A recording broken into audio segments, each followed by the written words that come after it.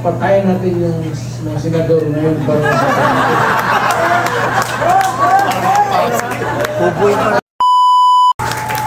itong tao na ito, senyor na sinasabi ko, bumahanga talaga sa integrity, pati yung abogado, pareho kami abogado. Kapag nagsalita ito, hindi ko nang kilala ito, kaya the constant exposure sa TV, parang natauhan naman, magaling ito Alam niya, sinasabi niya, bakit tatanong-tanong ako. Kasi talaga one of the upright na tao na bira mong makita na yung mga bright na karihan kasi ng mga bright, mga gagot. Saluan nila yung trabaho nila ng kagaguhan. Alam mo, ako talaga, it was I who sought him. Ako naghanap sa kanya para makilala ko siya. Talagang bumilig ako sa kanya. Marcoleta.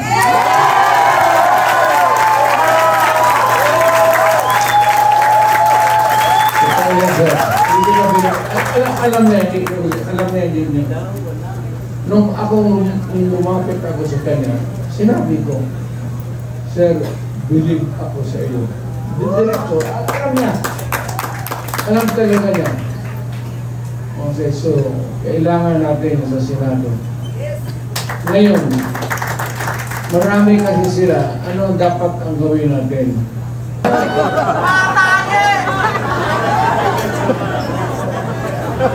Nakapatay tayo ng mga 15 na senador. Pasok ko tayo lang.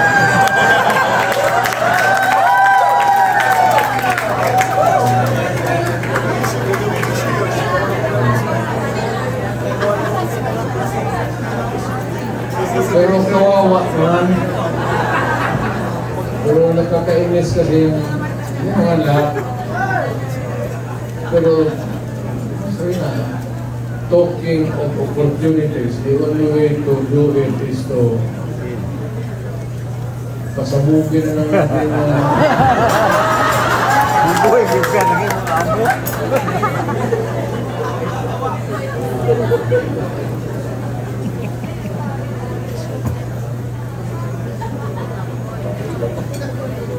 itong sa sunod ko, mahusay na abogado ko. Practicing lawyer and is really very bright. Marunong talaga. Marunong sa lahat. Abogado, sa trial,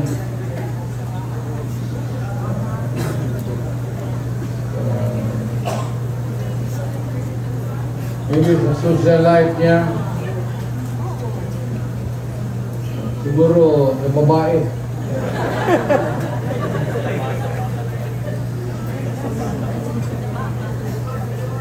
Huwag mong kalimutan yun yan ang pagpapabaka.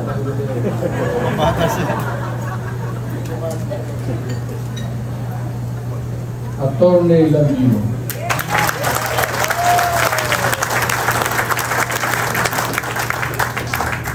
Hindi ko na kailangan. Siya dapat ang pakilala sa akin. Baliktad. Hindi ko na kailangan i-bandera. Kasi ako mismo gusto ko na siya ang mag-introduce sa akin baliktad. Hanga talaga ako nito. Noon siguro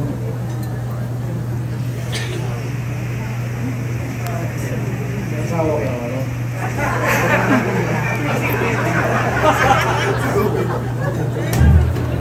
Ano may asawa? Kaya kang talit-silitsi ang buhay.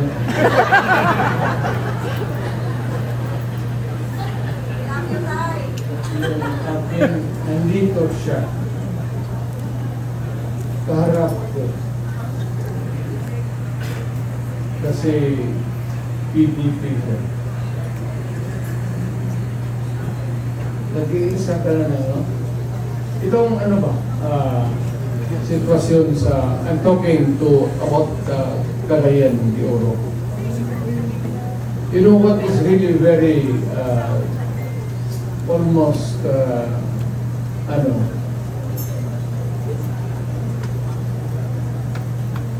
sad.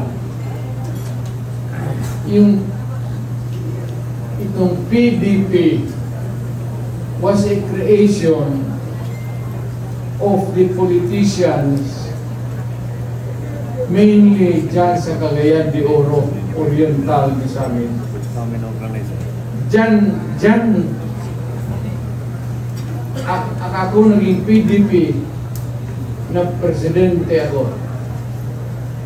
Alam mo, sa totoo lang, what is very shocking to me, really, hindi naman sa pang-ano ha, hindi ako nagpapatawa. Alam mo, walang PDP doon sa Cagayan. Mag-isa na lang. Si Councilor Balaba, hindi ko nga,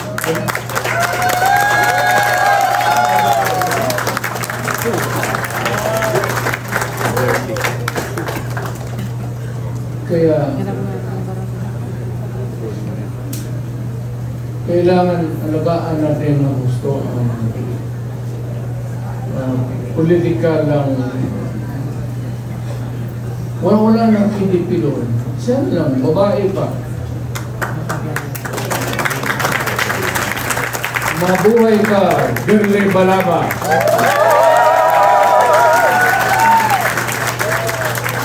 Mabuhay ka, Girlie Balaba. At si Rudy Duterte.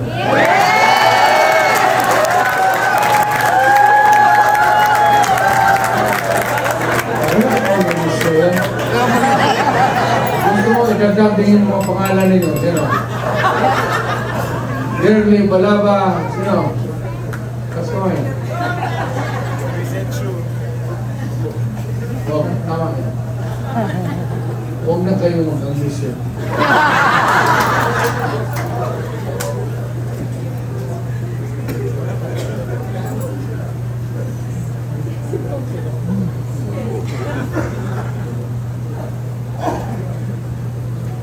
For the rare occasions that I visit Western Visayas, may nakita ako tao na talagang merong go. Lawyer, almost to the point of imperial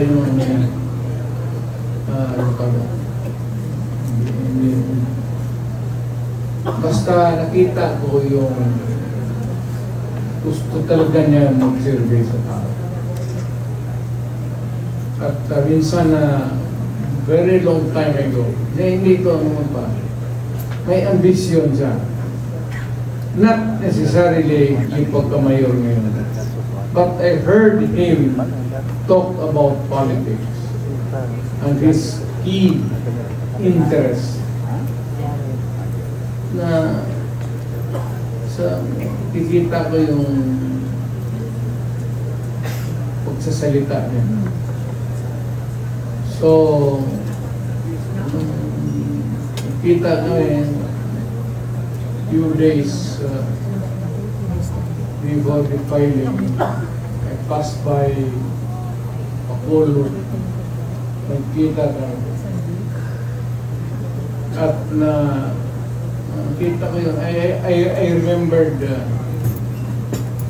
his intelligence, his talent, and sabi ko, matagal na rin walang senador talaga ang Western Visayas.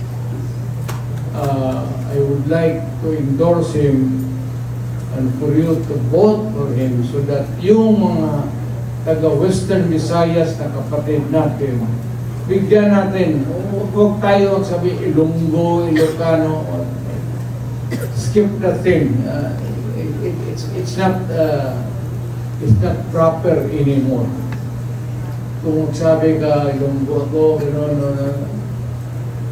do not talk about your tribe. Just talk about who you are at Pilipino ka at anong kaya mo. At ito talaga, kaya niya maging senador. Attorney Hendo.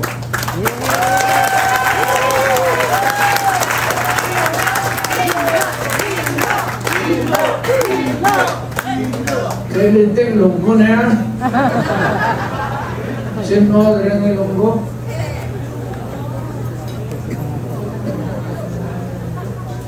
Ito yung padakpon mo na si para may hindi naman sa pangalan. It's not because I'd like to gusto ko na talaga na may representation ng question. Dapat lang. Magpapanalo tayo ng para, alam mo, magkakapatid tayo.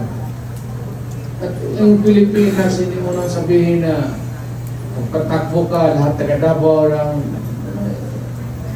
It ain't that way.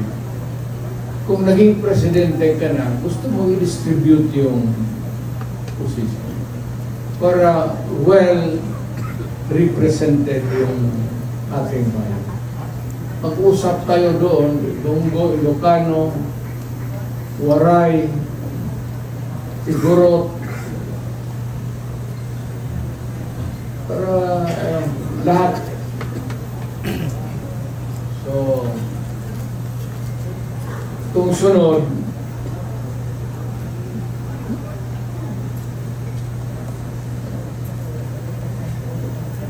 hindi ko naman siguro kailangan ipakilala ko ito. Nakakamot ako eh. Tumakatituro eh.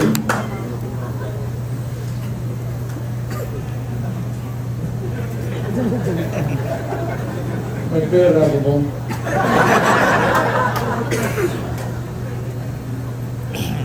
May magkain tayo niya. Ito ang gastos, wala pa akong katuman. Alam mo, ang istorya nito, ang aking talagang aid was a military. Kaibigan namin, parang common friend. Military na not so because parang maluwang na pakisama na sa civilian. Biglang naglaro ng basketball, yung bola galing kay Bato. Totoo yan. Pinasa niya doon sa kay Jimboy Alili. Teniente yun. Pagsaro ng bola, natumba, tumatay. So, punta ko sa ito. Nagsalo na ng bola, namatay. Yes, Mayor. Ang bola, putaw? Bakal? Bola. O bakit namatay? Putaw ba? Kasi pagsalo, bakit talagang sinadya na nilakasan ng gusto? Baka may pustahan sila yung laro na yun. Galing kay Bato yung bola eh. Kaya pag si Bato ang kalaro ninyo, huwag ninyong saluin yung bola. Kaya ano, tumakilig ka lang pala. Eh, kasi doon naman tayo, hindi ako napapatawa, yun talaga ang nangyari. Doon na tumba kaya minsan yung nag-iisip ako kung patakbuhin ko ba ito sa Bato o hindi.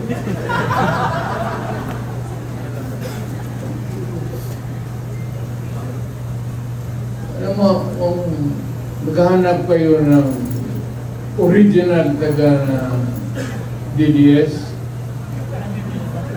huwag kayong ano ha, Siya.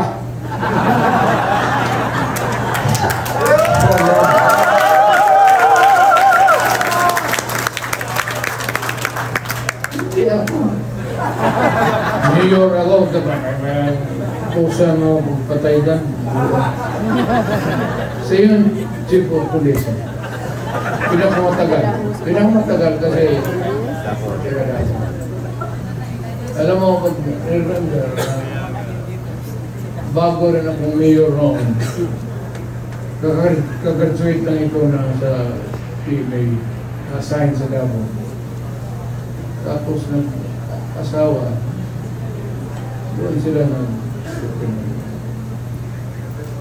kaya malapit talaga sa akin sila. Hindi sabihin bata-bata, tao-tao. Kaibigan na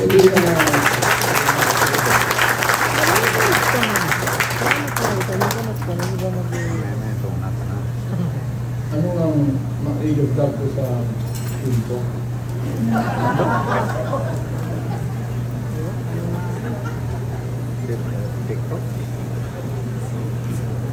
Diba, minsan ko mga utang inang kriminal.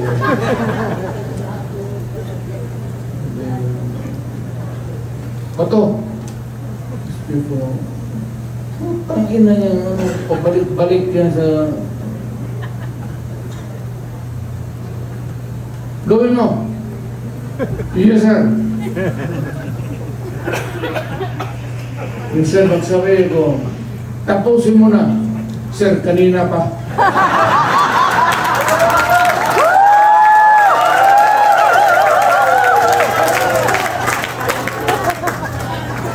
Sa harap pa naman namin. Alam mo, sa totoo lang. Magprang-prang ka. Walang sundalo na hindi ko. Walang sundalo na hindi ko. Baski na walang uto sa kanila. If you are assigned in a certain place, tapos guluhin mo, paputokin mo yung granada, yung performance nila, apektado. Nakarecord yan eh. Sa panahon ni Bato, ito ang nangyari. Sabihin mo, pagdating ng promotion, conference, kaya ba dito? Panahon niyo, rape, marami. Rape, 4. Panlima. Siya pa ang pangalan dito, kasali siya. Ganun yan. So ngayon, umasahan niya ng isang lugar. Hindi na kailangan na sabihin mo na ang ako magsabi. Pagka medyo magulo, tapos apektado yung performance nila. Talagang tapos. Lahat yan, walang ano. Lahat, baka mag-ano kayo. Pero yung extra judicial killing, wala na tayong extra, killing lang. Pero sino nag-build ko yung puta niya? Bakit maging extra yan? Extra. Ba, ano yan? Puta? Lahat sundalo.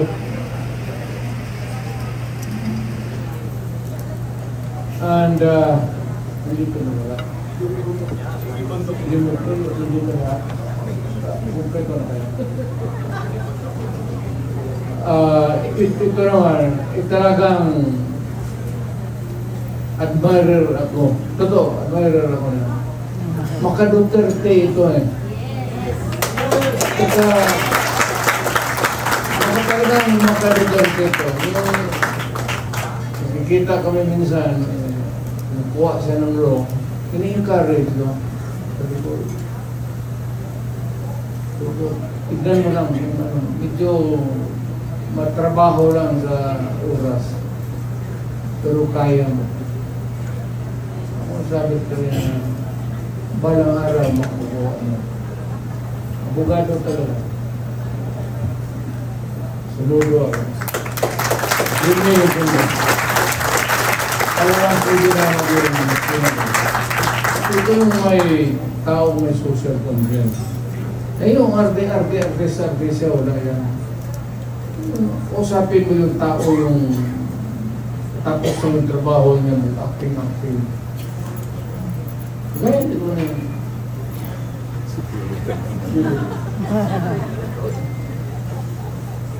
Kausapin mo nung wala na sa trabaho. Hindi yan madrama. Prangka ito si, kung kilala nito si prangka ng tao yan. Diretso. Yan ang gustuhan ko. So, ganito na lang. Para marami ang tao natin, every meeting, baka sa lawag, kailangan magpunta na tayo lahat sa lawag.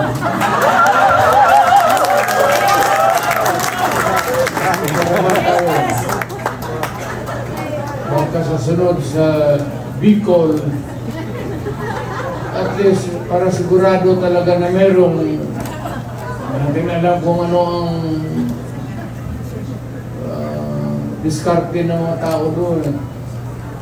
Baka kukunti lang. Kung pupunta tayo lahat, punta tayo ng Bicol.